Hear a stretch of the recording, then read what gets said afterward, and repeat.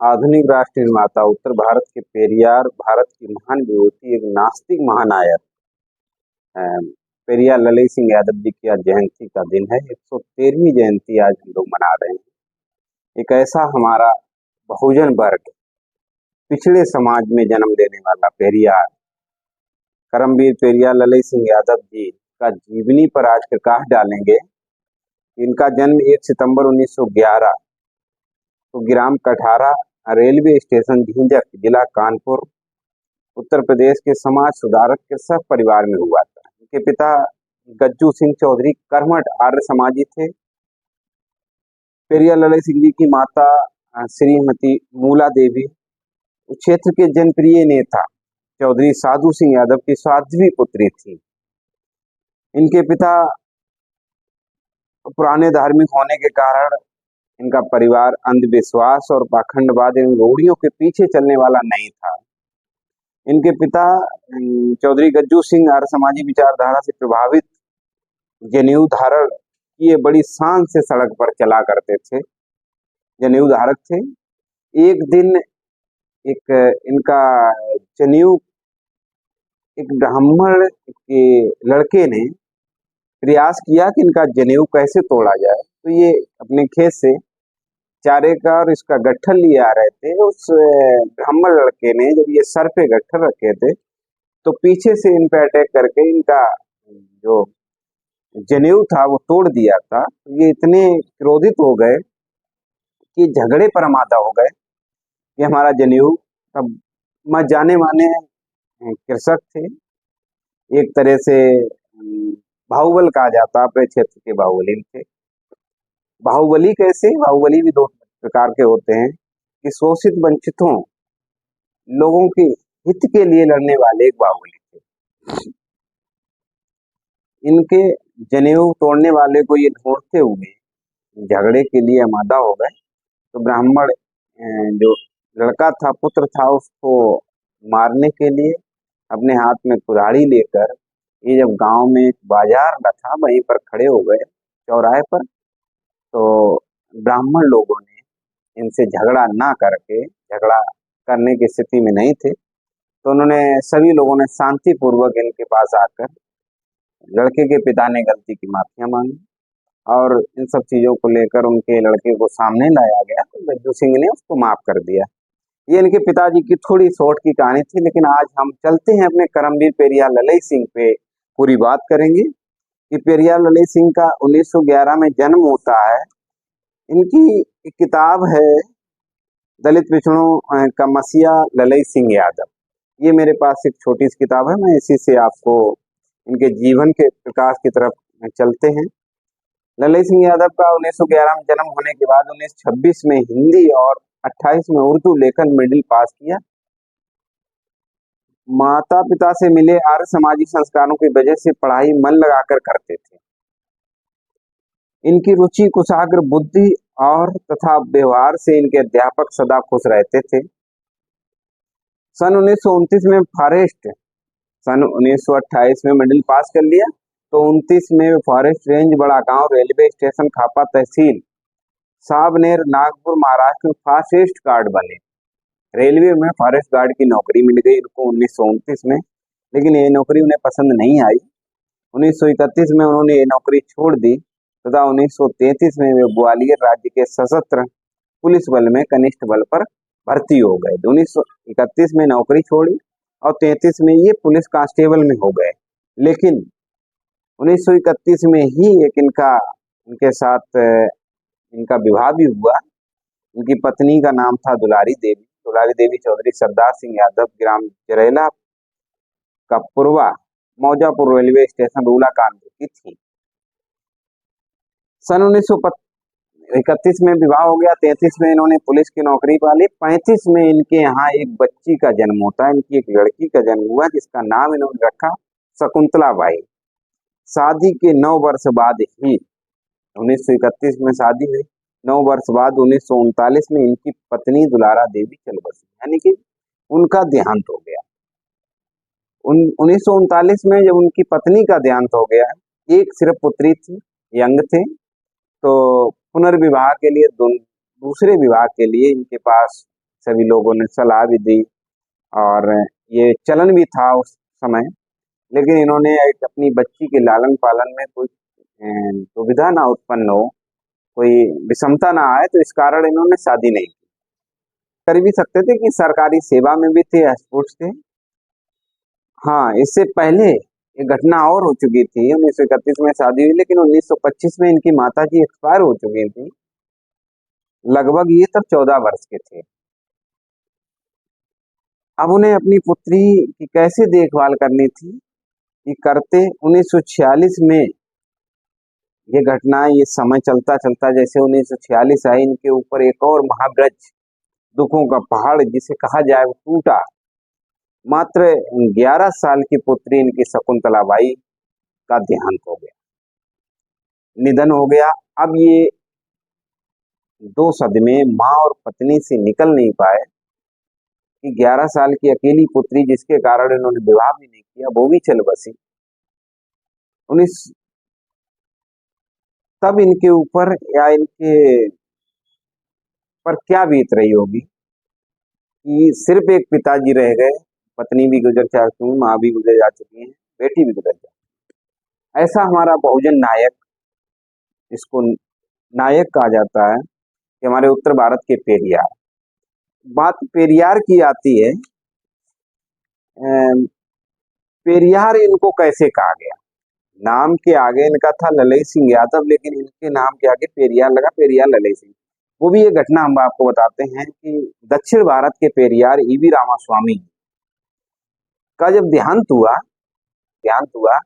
तो एक जनसभा का आयोजन किया, श्रद्धांजलि सभा रखी। उसमें ललई सिंह यादव जी को भी बुलाया गया था, इनवाइट किया गया था।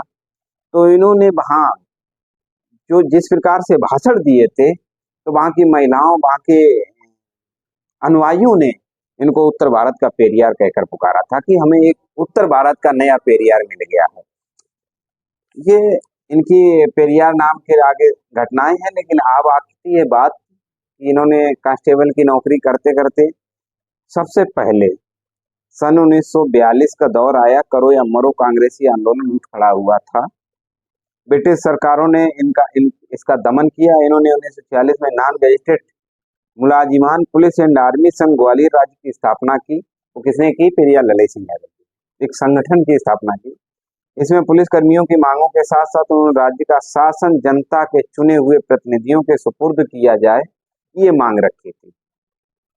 उन्होंने नारे दिए, down down Union Jack, down down Scindia flag, क्योंकि मध्य प्रदेश में उसमें सिंधिया परिवार का शासन था, बहुत चढ़ाव पर था। इनकी मांग थी कि डाउन डाउन सिंधिया फ्लैग, यानी कि सिंधिया का जो फ्लैग चल रहा है, जो शासन चल रहा है, जो अभियान है, जो ट्रेंड है, इसको डाउन किया जाए और जनता पर जनता का शासन हो। ये इनकी मांग थी। वो समय था जब अमेरिका में बसे भारतीय भारत को आजाद कराने के लिए लाला हरदयाल जी के नेतृत्व में गदर पार्टी की स्थापना कर चुके थे। इस संगठन ने आर्मी के जवानों को स्वतंत्रता संग्राम में सहयोग देने के लिए एक पुस्तक लिखी थी। हम आपको उस दौर में, उस समय लेकर चल रहे हैं जिस समय ये स्वतंत्रता संग्राम का दौर चल रहा था, उसमें इनका कितना योगदान रहा है। जिनकी आज हम बात कर रहे हैं, 1 सितंबर है, 1911 में जन्म हुआ, जयंती हम मना रहे हैं पेरियार ललई सिंह यादव जी की। वो पेरियार ललई सिंह यादव जो आडंबर और पाखंडवाद को विध्वंस करने वाले पेरियार ललई सिंह को आज हम याद कर रहे हैं। तो इन्होंने किताब लिखी, the soldier of the war. इस पुस्तक की तर्ज पर ललई सिंह यादव ने एक पुस्तक लिखी, यानी कि सोल्जर ऑफ द वार, जब इनके संगठन के आर्मी के लोगों ने लिखी थी, लेकिन उसका इन्होंने हिंदी में अनुवाद किया था, सिपाही की तबाही। ये एक सिपाही की तबाही की कहानी इन्होंने हिंदी में डिफाइन की।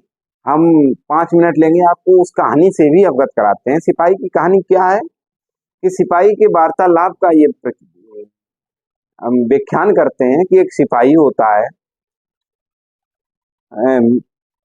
महीने की 10 तारीख आती है तो सिपाही की पत्नी, क्योंकि पुलिस के जवान है, उसकी 1 तारीख को तनख्वाह आती है, तो 10 तारीख को उसकी पत्नी अपने पति सिपाही से कहती है कि मेरे पास साड़ी नहीं है, मुझे साड़ी ला दो। ये पूरी कहानी समझना 2 मिनट की है। जो सिपाही की बार, इन्होंने सिपाही का बार किताब लिखी है, उसी की एक कहानी कि सिपाही की तबाही कैसी होती है। पत्नी ने कहा 10 तारीख को कि मेरे पास साड़ी नहीं है, मुझे साड़ी ला दो, मेरी पड़ोस की जेठानी देवरानी सब मुझे ताना मारती है। सिपाही ने उनको आश्वासन दिया कि 1 तारीख को मेरी सैलरी आएगी, हम आपको साड़ी दिला देंगे। इस इनकी पत्नी ने हाँ ना में जवाब ना देकर शांत हो गई कि 1 तारीख को हमें मिल जाएगी। 10 के बाद 15 तारीख आती है। सिपाही की एक लड़की होती है 18 साल की, विद्यालय में पढ़ने जाती है। तो उस लड़की ने अपने पिताजी से कहा कि मुझे पापा सलवार समीज की जरूरत है, क्लास में मेरे सब लड़कियां पहन के आती, मेरी फटी पुरानी है, तो मुझे वो चमरिया कंजरिया तमाम नाम ले लेके चिल्लाती। तो सिपाही ने कहा बेटा आपको भी हम 1 तारीख को सलवार और समीज दिला देंगे। ये 15 तारीख की घटना है। इसके बाद आती है 20 तारीख। सिपाही का एक लड़का 15 साल का, वो कहता पिताजी मेरे पास कवियों की जीवनी वाली किताब बहुत दिनों से नहीं है, मास्टर साहब ने कहा है कि कल किताब खरीद कर जरूर लाना, नहीं तो बहुत पीटूंगा। ये सिपाही की तबाही की मैं कहानी शॉर्ट में आपको, है तो बहुत लंबी लेकिन मैं आपको अपनी भाषा में स्पष्ट करना चाहता हूँ ललित सिंह यादव जी की किताब। तो सिपाही अपने लड़के से कहता है कि चलो दुकान से हम उधार आपको किताब दिला देते हैं, 1 तारीख को हमारी तनख्वाह आएगी, हम पैसे दे देंगे। उन्होंने दुकान पे जाके सिपाही ने अपने लड़के को किताब दिला दी। आते आते 27 तारीख आ गई। सुनिए 27 तारीख आ गई। स्त्री कहती है पति से अपने सिपाही से कि नमक नहीं है घर में। तो सिपाही कहते हैं बिना नमक की दाल पकाओ। स्त्री क्रोधित होकर ठीक है बच्चे बिना नमक की दाल कैसे खाएंगे।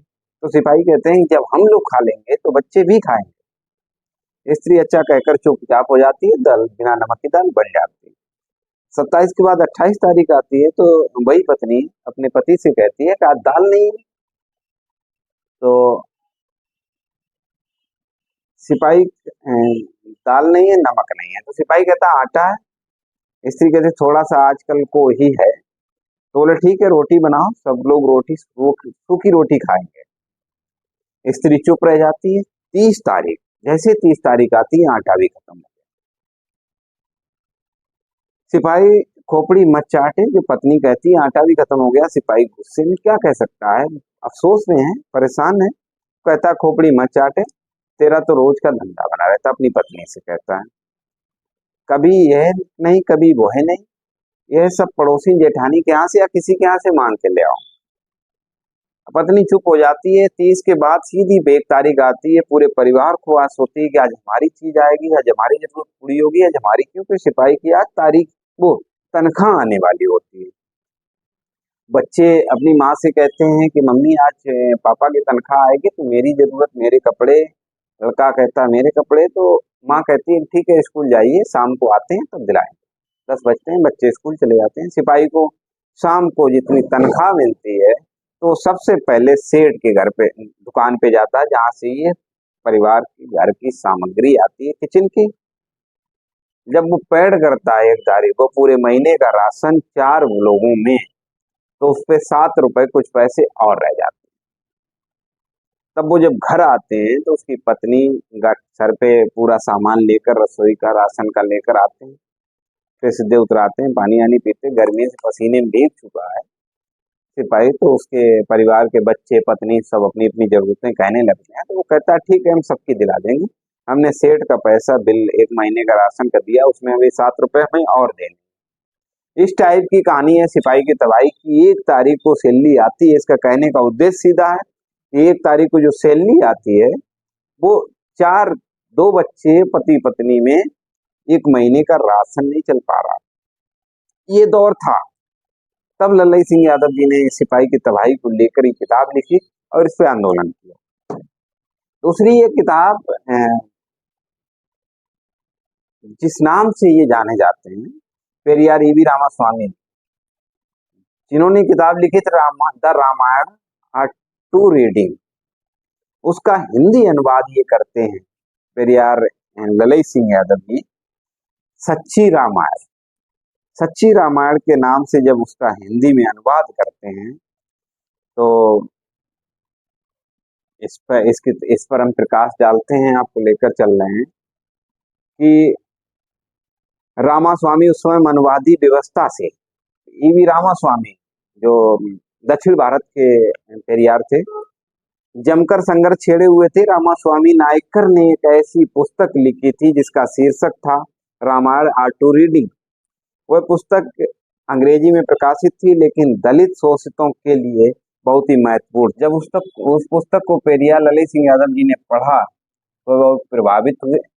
उस पुस्तक को सैकड़ों बार पढ़ा, फिर काफी दिमाग लगाया और एक नया अंकुर निकल पड़ा और उस पुस्तक को संपूर्ण भारत में फैलाने का एक नया फैसला किया ललित सिंह यादव जी ने।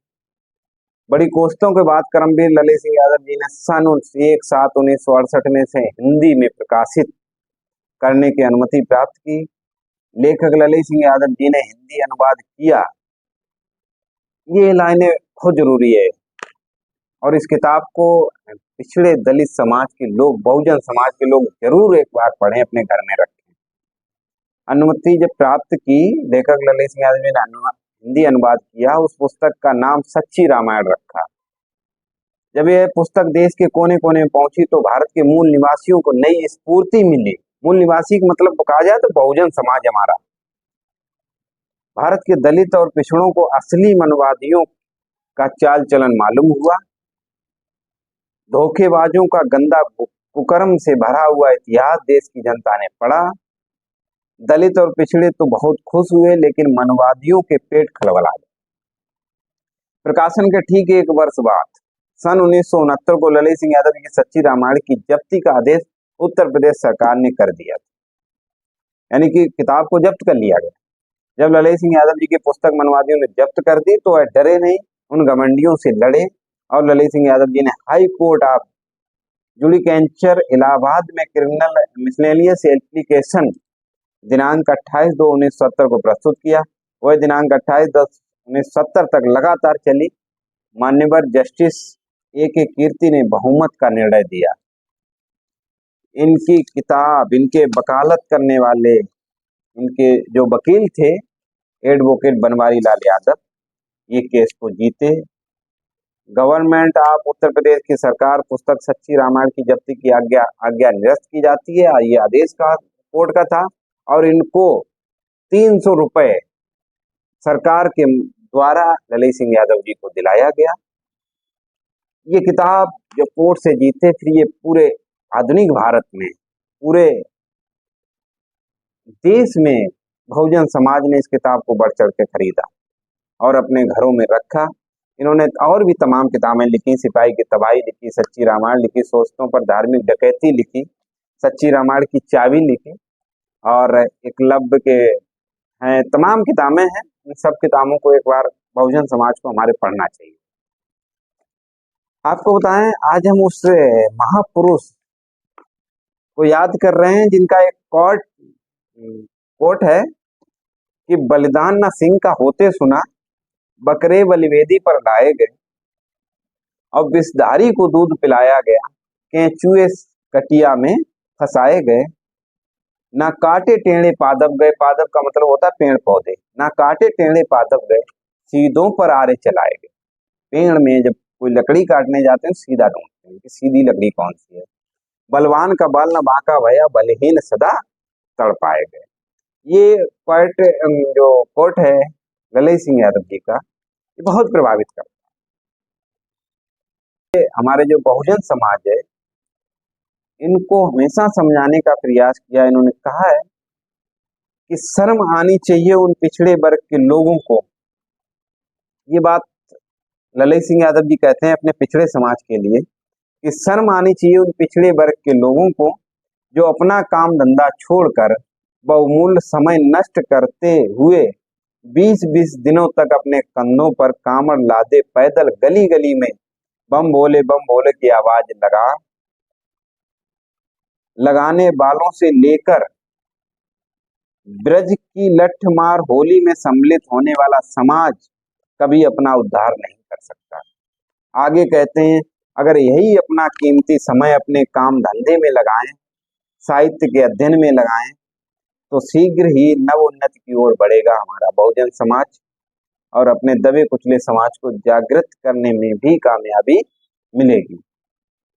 पेरियार ललित सिंह यादव और चंद्रिका प्रसाद जिज्ञासु, ये दोनों लोग ईवी रामास्वामी की जो लड़ाई थी, इसको आगे अपनी पूरी जिम्मेदारी के साथ लेकर जाते हैं, नारा देते हैं, बहुजन हिताय बहुजन सुखाय। एक और बात आती है, हमारे बहुजन समाज के कुछ लोगों से पूछ दो, चाहे वो यादव जात के हों, अन्य जात के हों, तो उनसे पूछो आप किस बड़ व्यवस्था से हैं। बड़ व्यवस्था की बात से हम नहीं बच सकते हैं, बड़ व्यवस्था की बात करनी पड़ेगी, जिसके माध्यम से हमको 3000 साल तक हमारे हक अधिकारों से वंचित रखा था। हमें अच्छे मानव जीने का अधिकार नहीं दिया गया था, हमें शिक्षा का अधिकार नहीं था, हमें बोलने चलने यानी कि सम्मान पूर्वक जीने का अधिकार नहीं था। वो कारण था बड़ व्यवस्था। बड़ व्यवस्था में जब क्षत्रिय शब्द का अर्थ आता है, क्षत्रिय शब्द का नाम आता है, तो शूद्र कहने में लोग शर्माते हैं। हमारे पिछड़े समाज के लोग शूद्र कहने में शर्माते हैं और सीधे बोलते हैं क्षत्रिय। अच्छा, क्षत्रिय का अर्थ क्या होता है? क्षत्रिय का अर्थ अगर सही माने में देखो तो इसका जब संधि विच्छेद करो तो क्षत्रिय का अर्थ होता है क्षेत्रीय।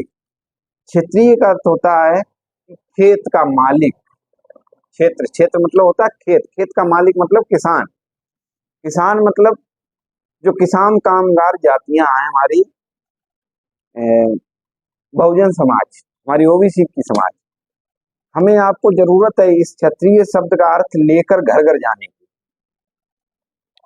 पेरियार जी लिखते हैं, एक ऐसे महापुरुष कि हमारा ये देश, इसको देश को अगर कहा जाए ऐसा बगीचा, इस बगीचे को सींचने के लिए एक मालिक की आवश्यकता होती है, और एक ऐसा मेरा मालिक जन्मा, एक ऐसा महापुरुष जिसने इस भारत को एक सुंदर बगीचा बनाने का प्रयास किया। वो थे हमारे ज्योतिबा फूले, सावित्रीबाई फूले। पेरियार जी इनके बारे में लिखते हैं। साहूजी महाराज, ज्योतिबा फूले सावित्रीबाई फूले ये माली जात से आते थे। साहूजी महाराज, रामस्वरूप वर्मा जी, ये दोनों महापुरुष कुर्मी जात से आते थे। डॉक्टर अंबेडकर जी को दलित कहा गया, जबकि ये पूरे बहुजन समाज के नायक हैं। बाबा गाडगे महाराज धोबी समाज से आते हैं। बाबा गाडगे महाराज की एक बहुत खास बात है कि ये कपड़े पहनते थे तो 4-5 रंगों तरीके के कलर के कपड़ा बनवाते थे। तो जब इनसे एक बार पूछा गया कि इतने कलर का आप कपड़ा क्यों बनवाते हो, तो इन्होंने बड़ा सुंदर पॉइंट किया कि हमारा जो बहुजन समाज है, ये हमारा 4-5 ये बनवादियों ने भिन्न भिन्न तरीके से बिखेर रखा है। मैं चाहता हूं इस कपड़े के माध्यम से संकेत देना चाहता हूं कि हम सभी लोग एक साथ आकर एक सुंदर सा दृश्य बना, सुंदर सा कपड़ा बना। ईवी रामास्वामी नायकर के बारे में, जो चरवाहा जात से थे, ये पेरियार जी लिखते हैं। वीरंगना पन्नाबाई के बारे में लिखते हैं। अहिल्याबाई होलकर जी के बारे में लिखते हैं। वीरंगना फूलन देवी, फूलन देवी की बात आए तो वीरंगना कह दो तो लोगों के पेट में उमन पैदा हो जाती है, वीरांगना कैसे हुई। तो मैं उसी प्रकार बताना चाहता हूँ जिस प्रकार हमारी दुर्गा माँ वीरांगना देवी हुई, जिन्होंने फरसा लेकर तलवारें जहां पे जरूरत पड़ी, जिसको बोलते हैं कि दुष्चरित्र लोगों का या राक्षस कह लो, इनका वध किया, इनका साफ किया। हमारी काली माँ ने, इनको हम काली देवी बोलते हैं, उन्होंने भी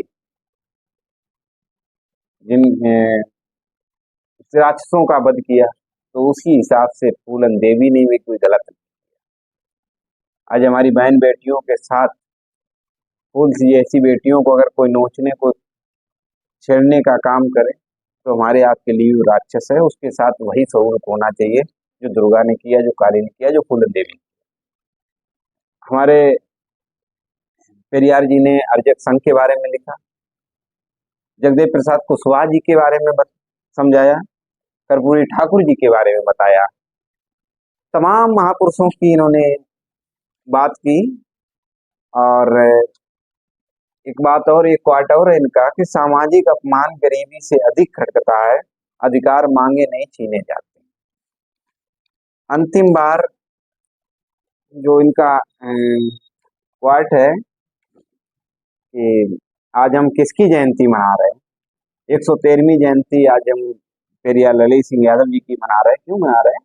इन्होंने कहा, और ये बात सही भी है, फिर रिपीट करते हैं कि बलिदान न सिंह का होते सुना, बकरे बलि वेदी पर लाए गए, विषधारी को दूध पिलाया गया, केचुए कटिया में फंसाए गए, ना काटे टेढ़े पादप गए, सीधों पर आरे चलाए गए, बलवान का बाल ना बांका गया, बलहीन सदा तड़पाए गए। आज हम ऐसे अपने महापुरुष को सत सत नमन करता हूँ और अपने सभी बहुजन समाज के साथियों, जो हमारा ओबीसी, एससी, एसटी, अल्पसंख्यक, हमारा जितना बहुजन समाज है, सबसे हम आग्रह करना चाहेंगे कि ललित सिंह यादव जी की एक बार जरूर पढ़ें।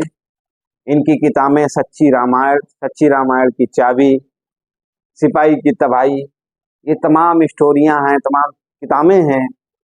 हम सबसे एक बार और अनुरोध इतना जरूर करना चाहेंगे कि घर में जहाँ पर आपकी पूजा की अलमारी हो, जहाँ पर आपकी लाइब्रेरी हो, जहाँ पर आपकी किताबें रखी हो, वहां पर सच्ची रामायण को ले जाकर जरूर रख दें।